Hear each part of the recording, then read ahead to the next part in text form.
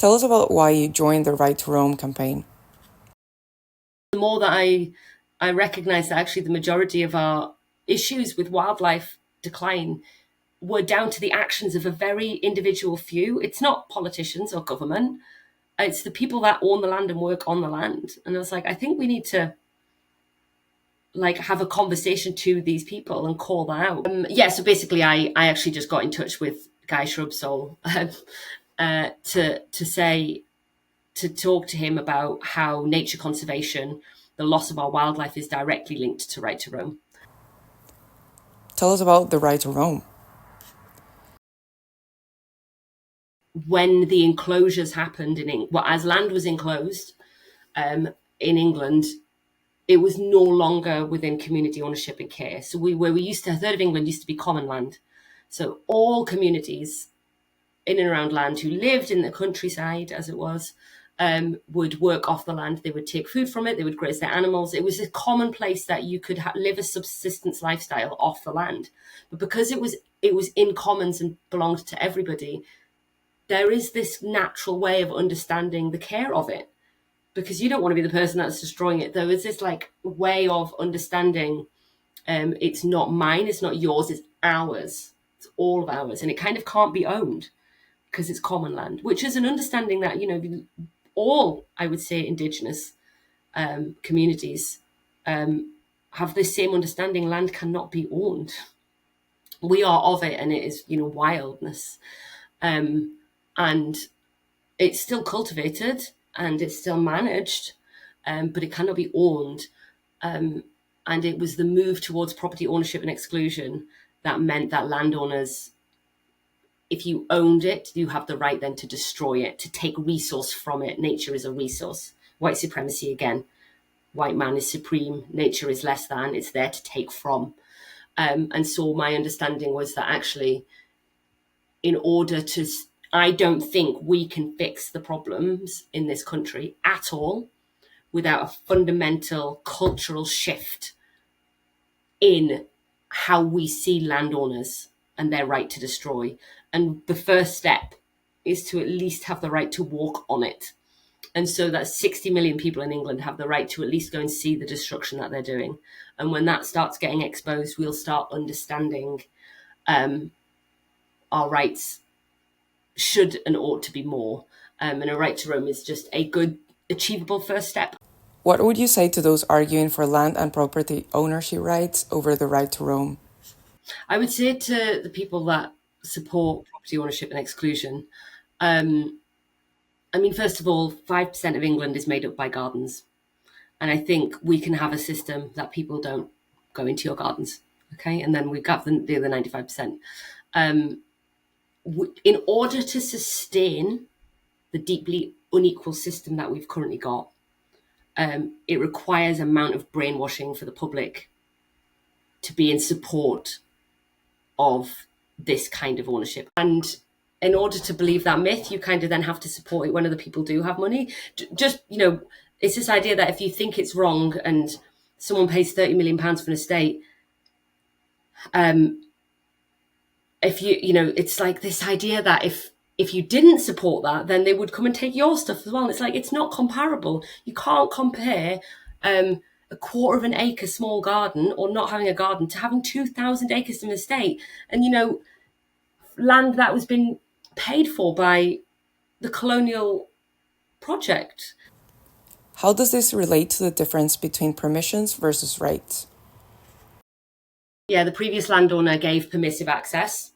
So I could give permissive access to my house if I wanted, I guess. You could just, anyone can fling open their garden, which is what they did, right? They gave permissive access to part of the state. And then there's no legal underpinning of that access. So Crow land and public rights of way, there is a legal underpinning that it's my right to be on these bits of land.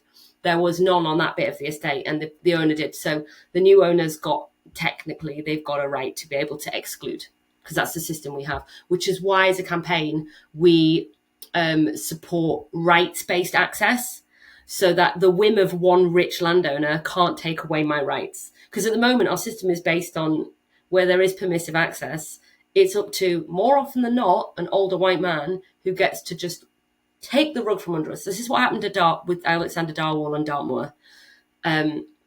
He wanted to. These are the people in charge, right? Hundreds of years of people sleeping under the stars, the only place left in England to wild camp. And one man was like, no, I don't want. We're talking about tens of thousands of people who enjoyed this right, and he didn't want that anymore.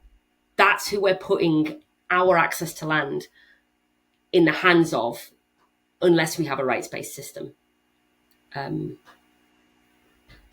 We say the same about the NHS, right? If my access to healthcare was based on one person at each hospital who gets to decide who doesn't have healthcare, I wouldn't want that system. I would want it to be my right when I turn up to the hospital. I get treated like every other single person, which is I have access to free healthcare. You wouldn't want it to be permission-based, so someone kind of decides, yeah, for you, no for you. We wouldn't want that. So in terms of something else we need for our health, it needs to be rights-based. Are there other countries that have successfully implemented a rights-based system like this? Sweden and Norway are a really good example of countries close by that have a right to roam. And alongside that long-standing culture of being in the outdoors, there is a large understanding. It's just like it's for all people to look after and care about. So they do have like a culture of, despite being very cold countries, can be very cold, the general population is really outdoorsy. Like this, people spend time outdoors in a really healthy, accessible way. And infrastructure is put in place in order to help people to do that. More car parks. It's understood that is something people are going to do. So the infrastructure is built around that. And where there is a right to roam, it is just success stories. Sure, it needs to be managed, but it's worthy of our, taxpayer money. Why is it so important? Well, it's going to be a healing period. Let's just accept that we've done damage and we need to heal. There's no point saying, oh, well, it's too hard. Let's just carry on doing what we were doing. You would say, no, actually, the best day to change is today. The best day to change is always today. If it can't be yesterday, it's today. And today's better than tomorrow. So let's start allowing our population to heal today. And that can't be done without access rights.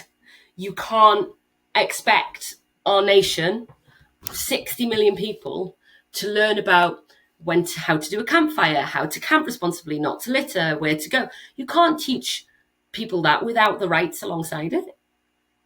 It's impossible. It's impossible to do without rights. What has the movement achieved and what is still needed?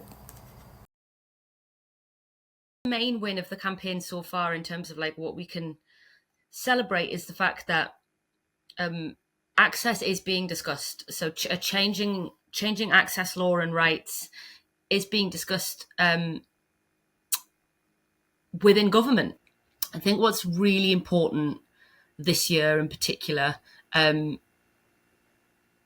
guess we on a really practical level, we want more MPs to be pushing for a right to roam. And when there is a review of what access laws needs to be changed or amended or created for England, to have a huge, much broad base, bigger support for that.